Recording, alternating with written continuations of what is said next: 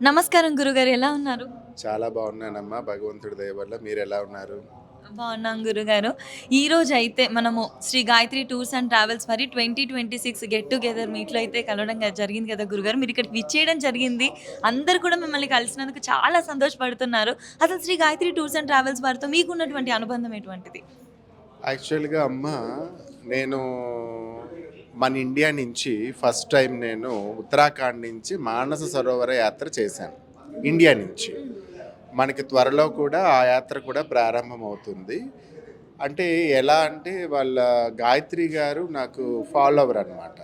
So, చేస్తున్నప్పుడు నేను కొన్ని ఫోటోల్ని ఇన్‌స్టాగ్రామ్‌లోని, ఫేస్‌బుక్‌లోని పోస్ట్ చేయడం జరిగింది. దాంతో ఇక్కడ పర్మిషన్స్ లేవు కదా, మీరెలా ఎళ్లారు అని వాళ్ళు స్వయంగా వచ్చి నన్ను కలిసి మాట్లాడారు. కాదు, కాదు, నేను టిబెట్ నుంచి వెళ్ళలేదు, చైనా నుంచి కాదు. నేను ఇండియా నుంచి రిఫర్‌గా వెళ్ళాను. ఇది బీఆర్ఓ అని చెప్పేసి road authority chief my devotee అనమాట. సో, ఆయన ద్వారాగా నేను కైలాస మానస సరోవర యాత్ర, అలాగే ఓం పర్వతం అని చెప్పేసి, ఆది కైలాష్ అని చెప్పేసి మన పాండవులు కూడా అక్కడ వనవాసం చేశారు. ఇప్పటికీ కూడా అక్కడ పొలం పండిస్తున్నారు అనే ఒక ప్లేసెస్ అవన్నీ కూడా మంచి మంచి ఒక సరోవరాలన్నీ కూడా అక్కడ కూడా మన ఇండియాలో నుంచి కూడా చూడవచ్చు. అయితే గురువుగారు మీరు ఇటు నుంచి వెళ్ళారు కదా, ఈసారి మేము తీసుకెళ్తాం, మీరు కూడా రండి భక్తులందరితోనని చెప్పడం జరిగింది. సో, దానివల్ల నేనేమిటంటే ఇక్కడ ఆగస్టులో ఒక పౌర్ణమి అంటే 24న నుంచి ప్రారంభమవుతున్నాము. ఇక్కడ 28వ తారీఖున పౌర్ణమి. పౌర్ణమికి ఎందుకు వెళ్ళాలి కైలాస మానస సరోవర యాత్ర అనేదండి, ఫుల్ మూన్ వల్ల ఏమవుతుందంటే ఇట్స్ ఎ బ్యూటిఫుల్ ఎనర్జీని మనం చూడవచ్చు. మానస సరోవర యాత్రలో సప్త ఋషులు, అలాగే దేవతలు అంటే సమస్త దేవతలు అక్కడ నడియాడుతారని, ఆ యొక్క ప్రదక్షిణ పరిక్రమ వారు కూడా ఉంటారని, ఇవన్నీ కూడా పురాణాల్లోని, శివపురాణం మనకి ఇత్యాది పురాణాల్లో కూడా దాని గురించి చెప్పడానికి అనేది మాటలు లేవు.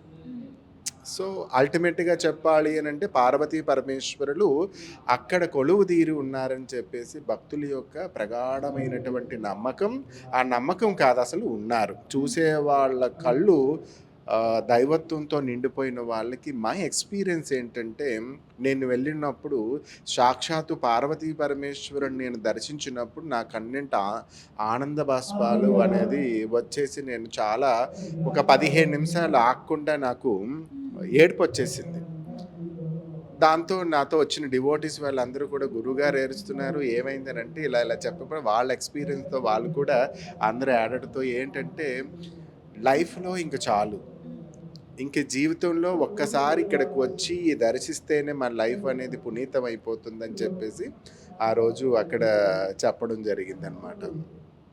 చాలా సంతోషం గురుగారు. మీరు కళ్ళకి కట్టినట్టు చెప్పారు. అంత ఎమోషనల్ అయ్యారు అక్కడికి వెళ్ళి అని చెప్పేసి. అంటే అక్కడికి వెళ్తే ఇంకా జీవితానికి ఇది చాలు అనిపించే అంత అందంగా, ప్రశాంతంగా అనిపిస్తుందా? ఇది ప్రకృతికి సంబంధించింది కదా, నేచర్. నేచర్ నువ్వు ఎలా చూస్తే అలా కనిపిస్తుంది.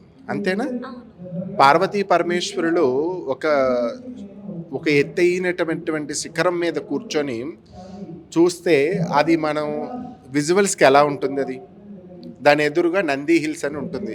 ఒక నంది ఒక కొండ అయినప్పుడు ఒక్కసారి అది విదిలించిందనుకోండి, మన ఊహకు అందుతుందా? మనం చూడగలుగుతామా అంత శక్తి? అందువల్ల ఏమవుతుందనంటే, మనం సాధన ద్వారాగా, ఒక గురువు ద్వారాగా ఇవన్నీ తెలుసుకొని ఎక్స్‌పీరియన్స్ అక్కడ చెయ్యొచ్చు. మీకొకలాగా, నాకొకలాగా కనిపిస్తుంది. మీ సాధన వేరు, నా సాధన వేరు. ఎళ్ళే వాళ్ళందరికీ ఇలాగే కనిపిస్తుందా? నెవర్. ఒక్కొక్కరికి ఒక్కొక్క రకంగా కనిపిస్తుంది. భగవత్ స్వరూపం నిరాకార, నిర్వికల్ప అంటే నిరాకార స్వరూపుడు పరమేశ్వరుడు. అక్కడ చెప్పేది కూడా అంతే. మనం వెళ్తున్నప్పుడు హైయర్ యాటిట్యూడ్‌కి వెళ్తూ ఉంటాం. అంటే ఆక్సిజన్ లెవెల్స్ ఇవన్నీ కూడా తగ్గిపోతూ ఉంటాయి. మనం వెళ్తున్న ప్రదేశం అంతా కూడా ఎలా ఉంటుందంటే మంచు కొండలు, వర్షం పడిపోతుంటుంది, గాలేసేస్తుంది, ప్రకృతిమయంగా ఉంటుంది. అది ఇలాగే ఉంటుందని హ్మ్. ఇవన్నీ చెప్తున్నాం గదా! ఇవన్నీ కాదు. అక్కడికి వెళ్ళిన తర్వాత భగవంతుడు మనల్ని ఎలా రిసీవ్ చేసుకుంటాడనేది నువ్వు చేసుకున్నటువంటి పూర్వజన్మ సుకృతం, నీ తల్లిదండ్రుల యొక్క అదృష్టం, నీ గురువులు ఇచ్చినటువంటి జ్ఞానము, ఇవన్నీ కూడా క్యాల్కులేట్ చేసి భగవంతుడు నిన్ను హగ్ చేసుకుంటాడు. అంటే ఆలింగనం చేసుకుంటారు. హ్మ్. సో, ఆ రిసీవింగ్ పవర్ కూడా మన దగ్గర ఉండాలి. ఊరికే వెళ్ళిపోతున్నాం అనేది కాదు. ప్రతి చోటలో శివతత్వాన్ని చూడాలి. శివుడి యొక్క తత్వాన్ని ఎవరైతే చూస్తారో లైఫ్‌లోని వాడి జీవితం పరమాత్ముడితో అమేకమైపోతూ ఉంటుంది. అందువల్ల ఏమవుతుంది అనంటే లౌకికమైనటువంటి ప్రపంచంలో ఉన్నాం మనం. అవునా కదా! మెటీరియలిస్టిక్ లైఫ్‌తో అక్కడికి వెళ్ళకూడదు. ఎందుకంటే మనం వెళ్తున్న ప్లేస్ అంతా కూడా ఎలా ఉంటుందంటే ఆక్సిజన్ లెవెల్స్ ఇవన్నీ ఉండవు కనుక సో అక్కడికి వెళ్తున్నప్పుడు ఈ లౌకికమైనటువంటి ప్రాపంచికమైనటువంటి విషయాలన్నీ వదిలేస్తాం. వదిలేయగలుగుతాం. అప్పుడే శివుడితో మనం కనెక్టివిటీ పెరుగుతుంది. లేకపోతే అక్కడికి ఇన్ని లక్షలు ఖర్చు పెట్టుకొని ఇంత ప్రయాణం చేసి కూడా ఇంట్లో సోదంతా మనం మాట్లాడుకుంటూ ఉంటే సో అక్కడికి వెళ్ళి మనం ఏం చేయగలుగుతాం? అంతే కదా! సో నాలెడ్జ్ అనేది మనం అక్కడి నుంచి తీసుకొని రావాలి. ఏదైనా అక్కడ వదిలేయగలగాలి. అంటే నెగిటివ్ ఎనర్జీస్ని అక్కడ వదిలేసి పాజిటివ్ వైబ్స్తో భగవంతుడి దగ్గరికి మనం బయటికి రావాలి కదా! అక్కడికి వెళ్ళినా కూడా మనం ఈ ప్రాపంచికమైనటువంటి విషయాలు మాట్లాడుకోవడం, కోపాలతో ఉండడం ఇవన్నీ కూడా శాంతం దాంతం తపోనిష్టం. ఎవరైతే భగవంతుడిని శాంతంగా అంటే మనశ్శాంతితో మన భగవంతుని ప్రేయర్ చేస్తే భగవంతుడు 100% కాదు, కోట్ల రెట్లు మనకి భగవంతుడు ఇస్తాడు. కానీ మనిషికి కావాల్సింది ఏంటంటే ఉపయోగం, ఓపిక అన్నీ కూడా మనకి ఉండాలి. లేకపోతే మనం ఏం చేయలేం. గాల్లో దీపం పెట్టి భగవంతుడు నువ్వే అంటే అవ్వదు కదా! సో అందువల్ల ఏమవుతుందంటే భగవంతుడు అనేవాడు ఏం చెప్తున్నాడు, ఏ నాలెడ్జ్ ఇవ్వడానికి మనకి రెడీగా ఉన్నారు, ఇది మనం తెలుసుకోవాలి. ఓ గురువు ఏం చెప్తున్నారు, దేనికోసం చెప్తున్నారు, ఇవన్నీ కూడా మనం తెలుసుకొని అక్కడికి వెళ్ళగలిగితే ప్రతి ఒక్క అణువు కూడా మనం ఎక్స్పీరియన్స్ చేయగలుగుతాం.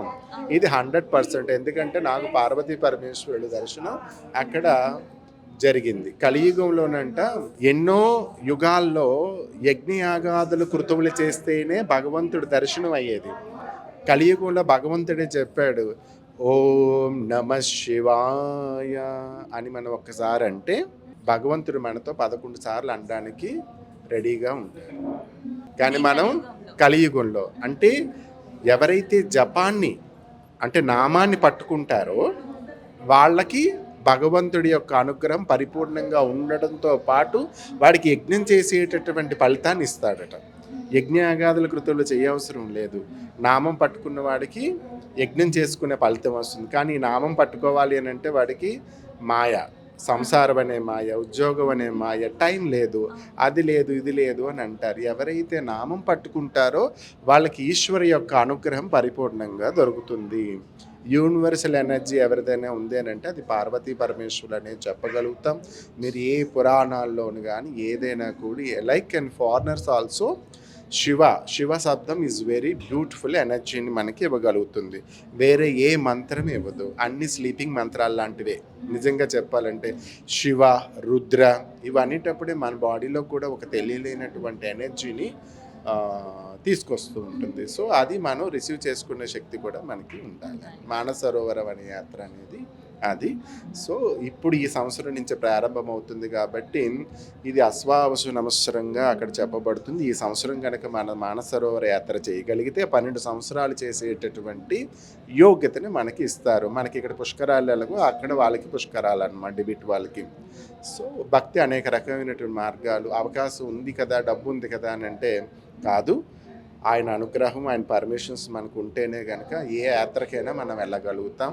ఒక సంకల్పం పెట్టుకున్నాం మనం కూడా అక్కడికి వెళ్దామని డెఫినెట్లీగా. సో ఈ యాత్రకు వచ్చిన వాళ్ళందరికీ కూడా ఆ భగవంతుడి దర్శనం అవ్వాలి. గాయత్రి టూర్ ట్రావెల్స్ వాళ్ళు వేసేటటువంటి ప్రతి ఒక్క క్షేత్ర దర్శనం పరిపూర్ణంగా జరగాలని మనస్ఫూర్తిగా కోరుకుంటూ అహం శ్యామలానందనాథ. యూ హ్యావ్ ఎనీ డౌట్స్ అమ్మా? ఇంకా ఏమైనా ఉందా? ఇది గురుగారు చాలా చక్కగా వివరించారు. అసలు మనకు అక్కడ కైలాస్ మానసరోవర్కి వెళ్తే ఆ అనుభూతి ఎలా ఉంటుందనేది కళ్ళకి కట్టినట్టు చెప్పడం జరిగింది. అంతేకాకుండా కలియుగంలో మనం జపం చేస్తే యజ్ఞం చేసేంత ఫలితం అనేది సువర్ణ అవకాశం. ఖచ్చితంగా అందరూ దీన్ని సద్వినియోగం చేసుకోవాలని కోరుకుంటూ Shri Gayatri tours and travels వారు ఇచ్చే నమ్మకంతో అక్కడికి వెళ్ళి ఆ యాత్రని పరిపూర్ణంగా సంతోషంగా చేసుకోవాలని కోరుకుంటూ ముందుగా మా కోసం టైం ఇచ్చి ఇంత వివరించినందుకు కూడా మనస్ఫూర్తి ధన్యవాదాలు గురుగారు. శ్రీమాత్రే నమః.